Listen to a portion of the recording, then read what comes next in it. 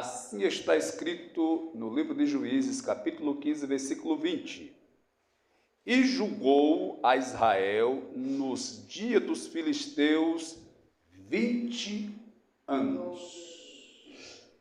E julgou a Israel nos dias dos filisteus 20 anos. Senhor Deus, em nome de Jesus, aqui fora mencionada a tua palavra, de uma forma resumida, mas pedimos a Ti que pela iluminação do Teu Espírito Santo, da Tua presença, o Senhor fale conosco e revela a Sua vontade e nos alimente com a Tua palavra, para que assim possamos ser, meu Deus, fortificados, fortalecidos, alimentados, animados, para que possamos, meu Deus, de forma aguerrida e disposta, continuar na Tua presença, Te servindo com todas as nossas forças. Deus, assim venha e nos abençoe a todos, em nome de Jesus. Amém. Deus abençoe, pode sentar.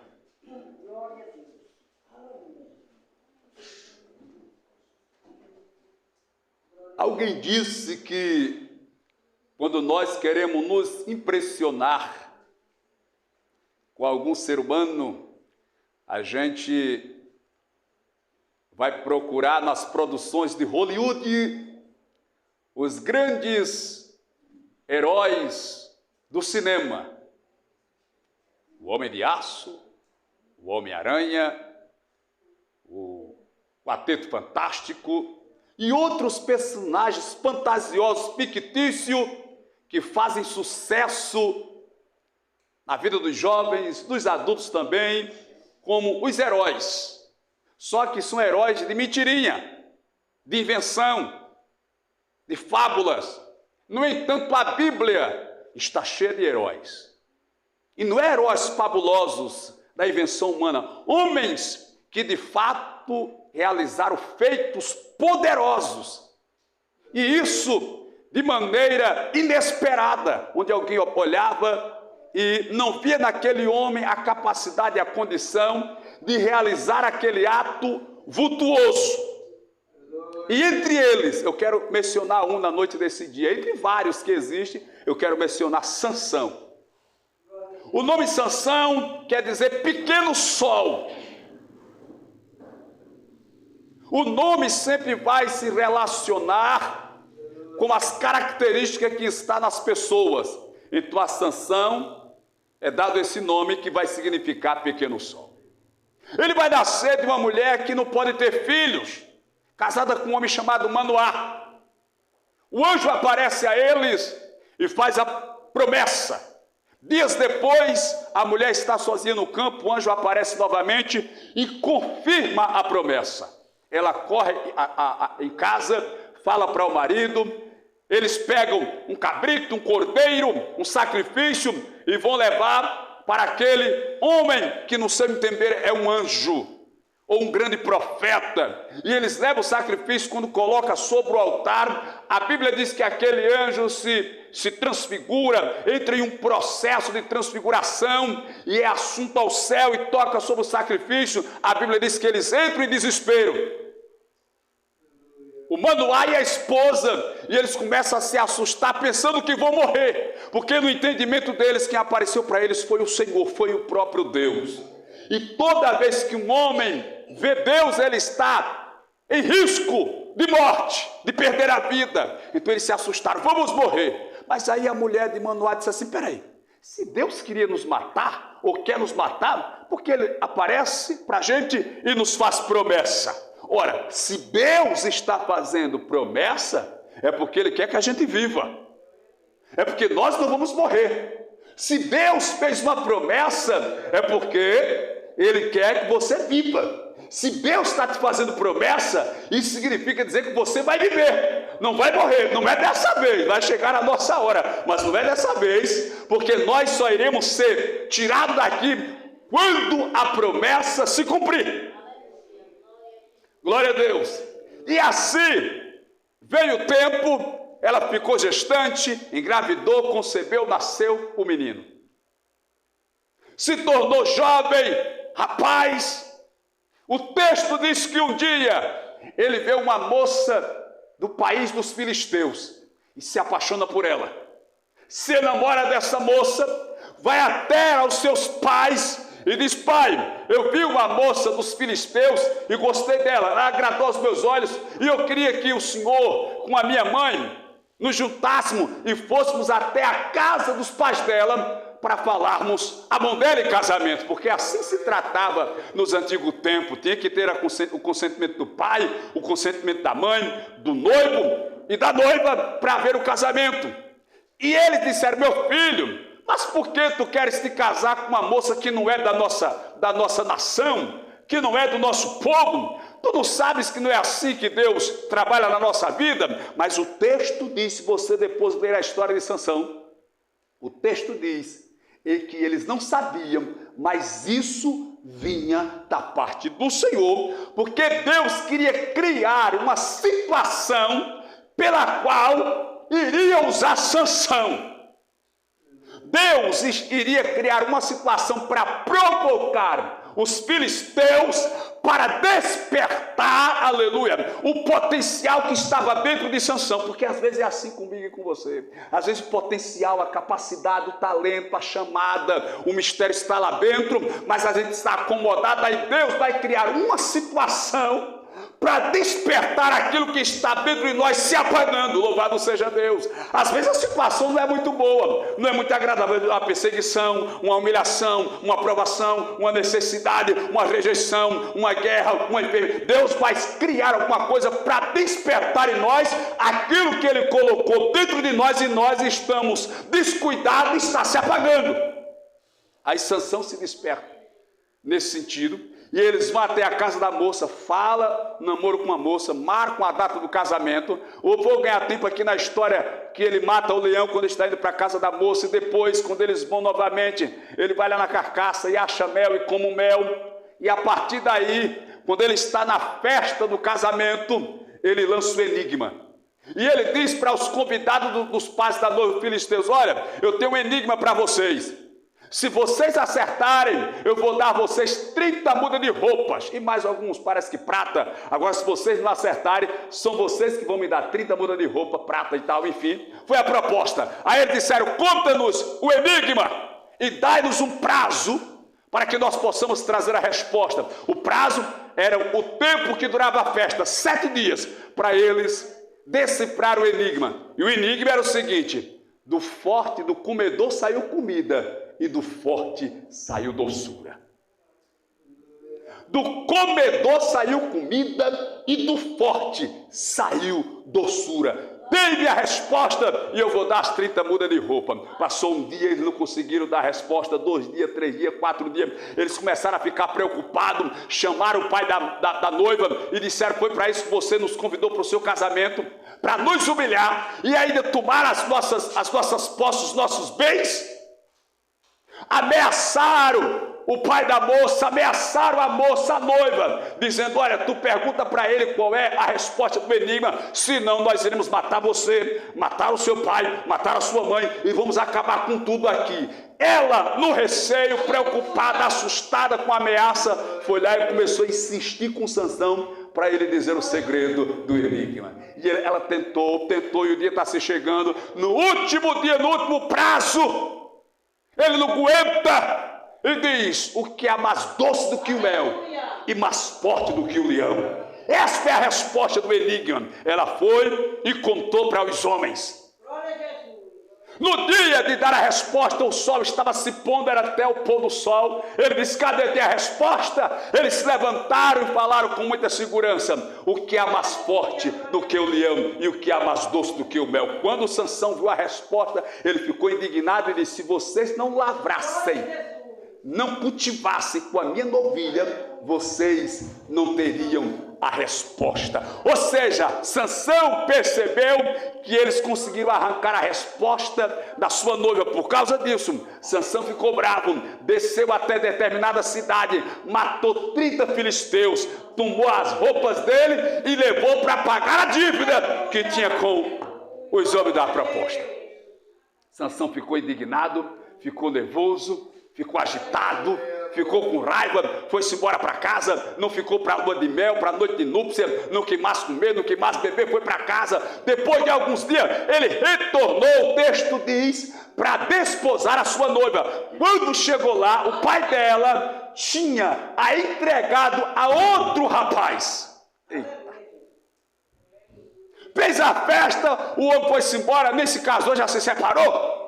Então ela não vai fazer a festa e perder o trabalho, não, você aí, case com ela, assim na bucha. E casou. Aleluia. Quando Sansão chega, que vê aquela situação, ele fica mais revoltado ainda. Vai lá no matagal, pega 300 raposas, amarra a cauda de uma na outra, coloca um facho de fogo e solta na serra dos filisteus. A Bíblia diz que queimou o trigo, queimou as vinhas, queimou os olivais e foi um incêndio devorador. Quando os filisteus viram isso, os príncipes ficaram indignados. Quem foi que fez isso? Aí disseram, foi o genro de fulano de tal. Eles foram na casa do genro de Sansão. Mataram ele, mataram as filhas dele, mataram a esposa dele, queimaram tudo que ele tinha e foi aquele desabor.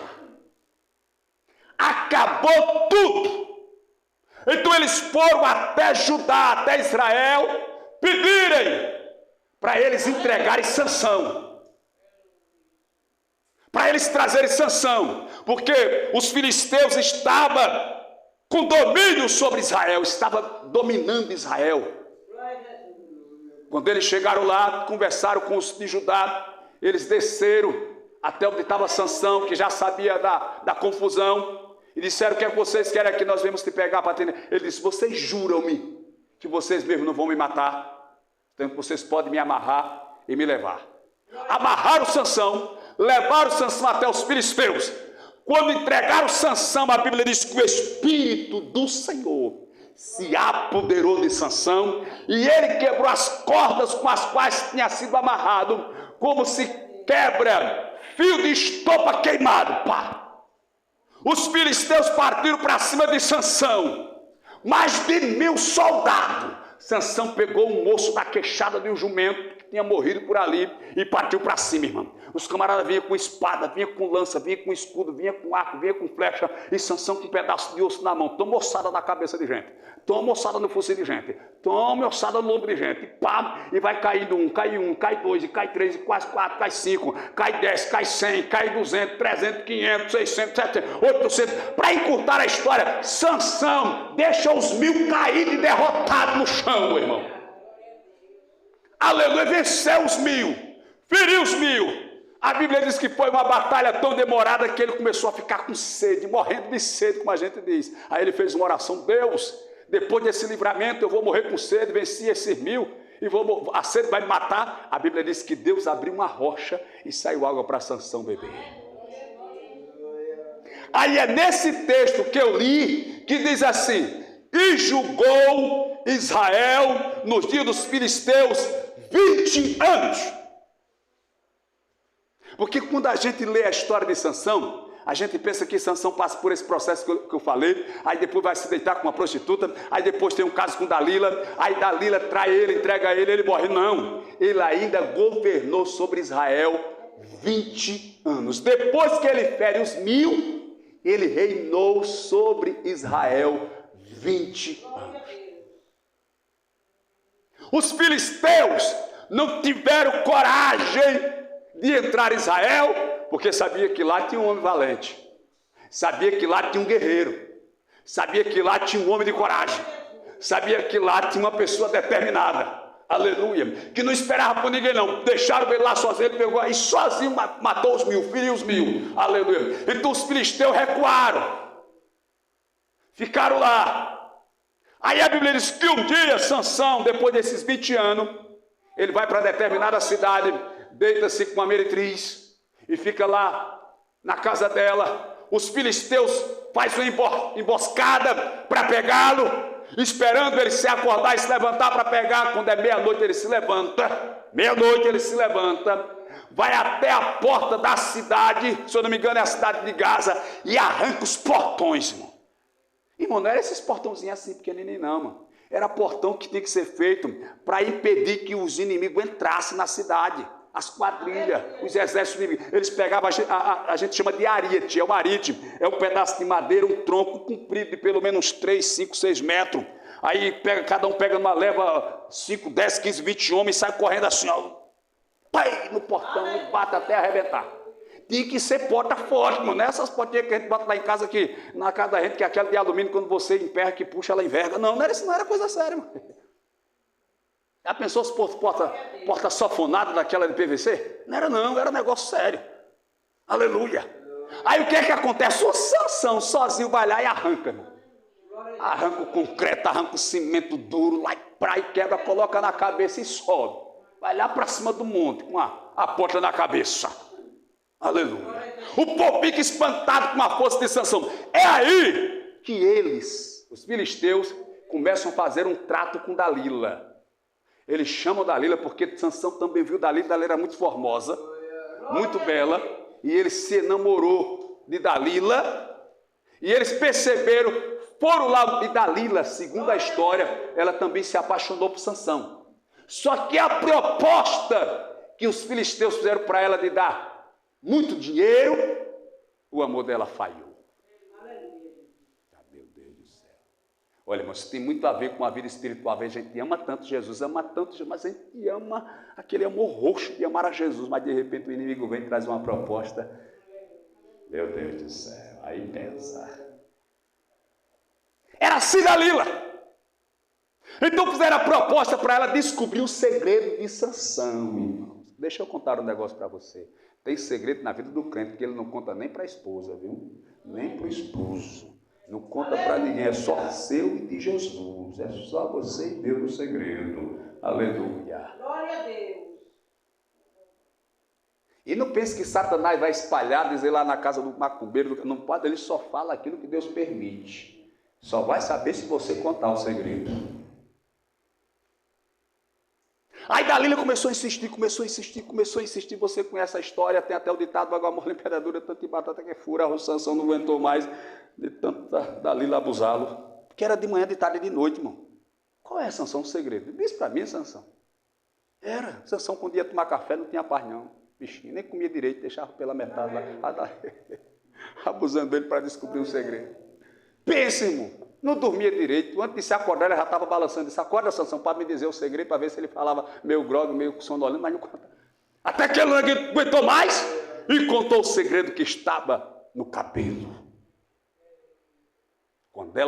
Depois de várias tentativas, ele contou. Quando ela percebeu que mandou o rapaz raspar o cabelo dele, ele se levantou para enfrentar os filisteus, porque os filisteus estavam vindo como das outras vezes. Aí a Bíblia diz, e pensando Sansão que o Espírito Santo ainda estava com ele, mas não estava mais. Veja, 2 agravantes aqui. Primeiro, não foi Sansão que cortou o próprio cabelo, foi alguém que veio sem ele autorizar, sem ele mandar, e cortou o cabelo dele. Mesmo assim, o Espírito Santo saiu. Não, pastor, foi porque insistiram muito para tomar um copinho de cerveja, eu estava com muita sede, a boca cheia d'água e estava suado, estava com calor. Cuidado, minha mãe, esse negócio é sério. Não, pastor, foi sério, olha, eu não me requebrei não, só balancei a perna assim quando estava na casa da minha prima, no aniversário. Misericórdia, cuidado. Foi porque insistiram muito. Olha, Sansão não mandou não cortar o cabelo dele, nem pediu, foram lá. E o Espírito Santo saiu tão caladinho, irmão. Saiu tão suavemente que Sansão nem percebeu. É aqui aonde mora o perigo, irmãos. Quando a gente pensa que o Espírito Santo ainda está com a gente, quando ele já saiu faz tempo. Quando a gente acha que Deus ainda está com a gente, mas Deus já está longe faz tempo. Porque ele sai tão educadamente, tão sutilmente, porque o Espírito Santo é educado, é silencioso, é tranquilo, e a gente fica achando que Deus está com a gente, que a gente está babando, e não estamos mais. É aqui onde mora o perigo. Quando de repente os filisteus vieram, pularam em cima de Sansão, amarraram Sansão, levaram Sansão para o templo de Dagon, furaram os olhos dele, botaram ele para ficar lá mexendo, moendo trigo, até que ele, no templo, mata os filisteus e morre também. Mas o que eu quero passar para os irmãos, a revelação que Deus me deu aqui, nesse texto, preste atenção que é uma coisa muito simples, porém de grande importância para a nossa vigilância e nosso cuidado. E julgou a Israel, aqui é Sansão, e julgou a Israel nos dias dos filisteus 20 anos. Veja, ele passou o processo de casar com uma menina lá, deu errado, matou, queimou a serra dos filisteus, matou 30 e tomou as vestes, depois feriu 1000, os filisteus não foram lá não, passaram 20 anos sem mexer com Israel. Depois de 20 anos, aí quem é que aparece? Dalila. Glória a Deus. Eu não sei nem a idade de Sansão e nem sei a idade de Dalila. O que eu posso deduzir era que, enquanto Sansão estava julgando Israel, reinando, Dalila era uma criança. Talvez nem fosse nascida ainda. Glória a Deus. Enquanto ele estava julgando Israel. Talvez ela nem fosse nascida ainda. Ou se era nascida, era uma criança. Enquanto ele estava julgando Israel, na presença de Deus, Dalila estava crescendo. Aleluia. Pegando forma, se transformando, virando moça e mulher. Sabe o que isso ensina para a gente, irmãos? O inimigo, ele pode até estar quietinho lá, mas ele está trabalhando para tentar nos derrubar. Aleluia, Jesus. Deus da glória. Grande é o Senhor. Ele fica quietinho, caladinho, mas está preparando a armadilha, a cilada para nos tragar. Nós não podemos facilitarmos. O diabo não tem pena de ninguém. O diabo não quer ver a felicidade de ninguém. Nem ele quer ver ninguém em paz, feliz, com vitória e comunhão com Deus. Ele pode até se afastar, como aconteceu no caso de Jesus no deserto, quando Jesus sai, sabe? Ele se afastou, diz o texto, por um pouco de tempo, mas depois ele reaparece. Ele vai estudar, programar e preparar outra forma de vir atacar. Como ele não é feito agente mortal, ele é, ou melhor, mortal, ele é imortal, ele tem todo o tempo do mundo. Veja que na canção que o Paulo Coelho, o bruxo do Brasil, fez para o Raul Seixas, que na verdade é uma alusão a Satanás, diz, eu nasci há 10.000 anos atrás, e não tem nada nesse mundo que eu não saiba demais. Eu vi Moisés abrir o mar vermelho, vi Pedro negar Cristo dentro dos espelhos, vi Cristo ser crucificado e sai dizendo que viu. Sabia que é uma alusão a esse Raul Seixas, ele tem outra música, irmãos, que dá para você entender que é como se fosse profeta do inimigo. Ele tem outra que diz assim, eu não sou besta para tirar onda de herói, sou vacinado, sou cowboy fora da lei. Mas uma estrofe antes ele diz assim, coitado, morreu cedo demais, pendurado numa cruz. Eu não sou besta para tirar onda de herói. Então, Satanás, ele, entendeu? Tem todo o tempo para programar, para arquitetar, para trabalhar. Você pensa que ele lhe deixou em paz, deixou quieto, vai mexer mais com você, mas não. Ele está esperando você ficar descuidado. Glória a Deus. Esperando você facilitar. Você cochilar, dormir. Por isso está escrito, sede sóbrio. Vigiai, porque o diabo, vosso adversário, vive ao derredor, bramando como leão, buscando a quem possa tragar. Ele quer tragar, destruir.